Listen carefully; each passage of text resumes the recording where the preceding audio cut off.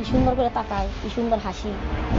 She was brutally করার অবস্থায় তৃষা অচেতন হয়ে যায়। জোৎস্নাকে পালাক্রমে পরবর্তীতে 6টি খণ্ডে বিভক্ত করেন। আমি যখন ওকে করলাম, ও আমাকে অনেকটা গালিগালাজ দিতেছিল, তুই হিন্দু ছেলে মুসলিম একটা মেয়ের সাথে এরকম করলি, ওটা আমি নিজে মেয়ে সেখানে আর কি করি। 26/5/2022 টাঙ্গাইলের বাসাইল থানার 9 বছরের শিশু তিশাকে সংঘবদ্ধ ধর্ষণের পর ফ্যানের সাথে ঝুলিয়ে হত্যা করে প্রতিবেশী চঞ্চল চন্দ্র মণ্ডল, গোবিন্দ মণ্ডল ও বিজয় সরকার নামে 3 হিন্দু প্রতিবেশী। তিশার মা জানিয়েছেন, বেশ কিছুদিন ধরে আসামিদের আচরণ সন্দেহজনক ছিল। পুলিশের তদন্তেও বেরিয়ে এসেছে ধর্ষণ এবং হত্যাকাণ্ড ছিল সম্পূর্ণ পূর্ব পরিকল্পিত। মেয়ে যখন মজা খেত তখন তিশা তিশা মজা দেও, তোমার হাতের মজা খুব ভালো লাগে। ওই গোবিন্দ বলতো, ইস কি সুন্দর করে তাকায়, কি সুন্দর হাসি। ফাঁসি এক জিনিস, কারেন্টের আরেক জিনিস, শোনাল আরেক জিনিস। যে আমার এই মেয়ে কি বুঝে, তাকে এরকম অত্যাচার করবে। আশেপাশের বাড়ির সবাই বাইরে ছিল, ওই সুযোগটাকে কাজে লাগাইছে। এবার ওর মা বের হয়ে গেছে, ওরা ঢুকে গেছে। চঞ্চল পা চেপে ধরে, বিজয় মুখ চেপে ধরে, আর গোবিন্দ ওকে প্রথম ধর্ষণ করে। ধর্ষণ করার অবস্থায় তৃষা অচেতন হয়ে যায়। এই অবস্থায়ও বিজয় তাকে ধর্ষণ করে, চঞ্চল মুখ চেপে রাখে। রাতভর ধর্ষণের পর হত্যা, তারপর লাশ 6 টুকরো করে গায়েব করে দেওয়ার চেষ্টার রোমহর্ষক আরেকটি ঘটনার কথা নিশ্চয়ই মনে আছে। ফার্মেসির ভেতরে প্রবাসী স্ত্রী শাহনাজ পারভিন জোৎস্নার 6 টুকরা লাশের রহস্য উন্মোচন করেছে পুলিশের অপরাধ তদন্ত বিভাগ। সৌদি প্রবাসীর স্ত্রী শাহনাজ পারভিন জোৎস্নার সাথে পূর্ব পরিচয় ছিল ফার্মেসি মালিক জিতেশ গোপের। গেল বছরের 16 ফেব্রুয়ারি জিতেশ গোপের ফার্মেসিতে ঔষধ কিনতে গেলে কৌশলে জোৎস্নাকে পেছনের চিকিৎসা কক্ষে ডেকে নেয় জিতেশ।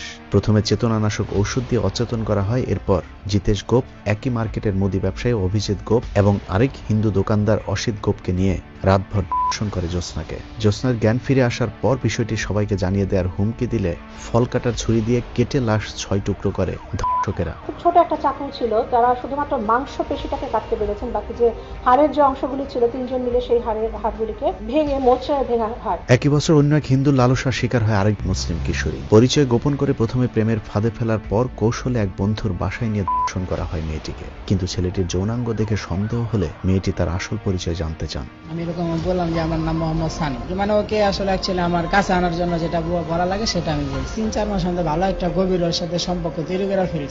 এত বড় ক্ষতি কিছুতেই মেনে নিতে পারছিলেন না মুসলিম মেয়েটি, যে কারণে প্রচন্ড ক্ষুব্ধ হয়ে চেষ্টা করছিলেন প্রতিবাদ করবার, কিন্তু শেষ পর্যন্ত মরতে হয়েছে তাকে। আমি যখন ওকে করলাম, ও আমাকে অনেকটা গালিগালাজ দিতেছিল, এটা কি করলি তুই হিন্দু ছেলে মুসলিম একটা মেয়ের সাথে এরকম করলি, এটা তুই ঠিক করলি। নিজেও অসহ্য হয়ে গেছিলাম, অসহ্য পরে আর কি ওটা আমি নিজে সেখানে আর কি করি। একজন মানুষকে ধর্ষণের পর হত্যার ভয়ঙ্কর বর্ণনা এত নির্ভয়ে দেয়া যায়, নাকি এর পেছনে কোনো ভরসার জায়গা আছে? যদি থাকে তাহলে সেটা কি? এতক্ষণ যে ঘটনাগুলো শুনছিলেন তা কি শুধুই নিয়মিত অপরাধ, নাকি পরিকল্পিত মুসলিম হত্যাকাণ্ড? সেটা জানতে এর মূল শেকড়ে হাত দিতে হবে। ভারতে লাভ জিহাদের নামে মুসলমানদের উপর ব্যাপক নিধনযজ্ঞ চলছে। जिहाद है हिंदू लड़कियों का शोषण करना, हिंदू लड़कियों को अपने कब्जे में लेके उनके परिवार को बदनाम करना। मेरी फेसबुक पे इसके साथ पहचान हुई थी, ये लड़का अच्छा नहीं है और उनको हम छोड़ेंगे नहीं, एक एक बच्चे को के फेंक देंगे। ভারতীয় উগ্র হিন্দুত্ববাদীদের ধারণা, মুসলমান ছেলে কিংবা মেয়েরা হিন্দুদের সাথে প্রেম করবার পর তাদেরকে ধর্মান্তরিত করাকে জিহাদ মনে করে, আর এটাকেই কথিত লাভ জিহাদ নাম দিয়ে মুসলিম হত্যা চলছে পুরো ভারত জুড়ে। ভারতে আবার আলোচনায় লাভ জিহাদ। হিন্দু ধর্মাবলম্বী তরুণীকে বিয়ে করতে চাওয়ায় কর্ণাটকে হত্যা করা হয়েছে এক মুসলিম যুবককে। আমার সন্তান তো কাউকে হত্যা করেনি, চুরিও করেনি। ইসলামে বিবাহ বহির্ভূত নারী পুরুষের যে কোনো ধরনের একান্ত মেলামেশা মৃত্যুযোগ্য অপরাধ, যে কারণে প্রেম ভালোবাসার মাধ্যমে অন্য ধর্মের মানুষকে মুসলিম বানানোর কোনো বিধান ইসলাম একেবারেই সমর্থন করে না। বাস্তবে ভারতের হিন্দুরাই এখন তাদের ধর্মের প্রতি বিশ্বাস হারিয়েছে। অনেকেই যখন আজগুবি কিচ্ছা কাহিনী বিশ্বাসের পথ থেকে বের হয়ে দলে দলে শান্তির পথে আসতে শুরু করেছে, তখনই তাদের নিজেদের ধর্ম বাঁচাতে লাভ জিহাদের কাল্পনিক তত্ত্বের প্রচলন ঘটিয়েছে হিন্দুরা। मेरा मैसेज है उन जिहादी के लिए जो लोग हमारी हिंदू बहन बेटियों के साथ। लव जिहाद सबसे बड़ा विश्व का आज की डेट में षड्यंत्र बन चुका है। घर में घुस के घर से निकाल के अगर हमारी बहन बेटी को तंग करोगे। এরই মধ্যে উত্তরপ্রদেশের আইন পরিবর্তন করে ধর্মান্তরিত হবার রাস্তা বন্ধ করেছে যোগী সরকার। और इसलिए सरकार भी निर्णय ले रही है कि हम लव जिहाद को सख्ती से रोकने का कार्य करें। ভারতের সেই হিন্দুত্ববাদের কালো থাবা এখন বাংলাদেশ পর্যন্ত পৌঁছেছে। ভারতীয় হিন্দুদের সাথে মিলেমিশে কয়েকটি চক্র এখন বাংলাদেশেও সক্রিয় হয়ে উঠেছে। এরকম কয়েকটি চক্রের খোঁজ মিলেছে আমাদের অনুসন্ধানে, যাদের প্রথম কাজ হিন্দু মেয়েদের মুসলিম হবার পথে বাধা দেয়া, দ্বিতীয় কাজ মুসলিমদের উপর প্রতিশোধ নিতে মুসলিম সেজে মুসলিম মেয়েদের প্রেমের ফাঁদে ফেলে ধর্ষণ করা, এরপর তাদের সন্তান দিয়ে তারপর ভেগে যাওয়া। পরেশ চন্দ্র মন্ডল, সে হিন্দু, দেবী দেবী কবিরা হামিদ নাম রেখে আমারে বিয়ে করে। বিয়ে করার পরে তার সাথে 5 বছর সংসার করার পরে আমার 2টা ছেলে মেয়ে হয়। 2টা ছেলে মেয়ে হওয়ার পরে সে চলে আসে, তার কোনো পাত্তা পাই না। আমি এখন অসহায়, কোন জায়গায় থাকবো, কি করব, কি খাবো 2টা বাচ্চা নিয়ে। ফেসবুকে তাদের বেশ কয়েকটি প্রাইভেট গ্রুপ রয়েছে। এর মধ্যে লাভ জিহাদ প্রতিরোধ কমিটি ও হিন্দু যুব মহাজোট নামে 2টি গ্রুপে আমরা কৌশলে অনুসন্ধান চালিয়েছি। গ্রুপগুলোতে জয়েন করতে হলে আপনাকে কঠিন কিছু শর্ত মানতে হবে, যেমন আপনার অবশ্যই একটি আসল এবং ফেক ছবি ও নামে আরেকটি ফেক ফেসবুক আইডি থাকতে হবে। তবে তার আগে ভোটার আইডি কার্ডের ছবি পাঠিয়ে ভিডিও কল দিয়ে অরিজিনাল আইডিটি আপনার কিনা তা প্রমাণ করতে হবে। ভিডিও কলে অনেক সময় আপনার ঘরে মূর্তি আছে কিনা সেটাও চেক করা হয়। শুধু সনাতন ধর্মাবলম্বী হলেই হবে না, সনাতন ধর্মের প্রধান গ্রন্থগুলোর নাম এবং প্রাথমিক মন্ত্রগুলো আপনাকে মুখস্থ থাকতে হবে। এসব কঠিন শর্তের কারণে আমরা বেশ কয়েকবার চেষ্টা করেও তাদের গ্রুপে ঢুকতে পারিনি, যে কারণে আমাদের পরিচিত হিন্দু ধর্মের আরেকজনকে ব্যবহার করেই অনুসন্ধান করতে হয়েছে।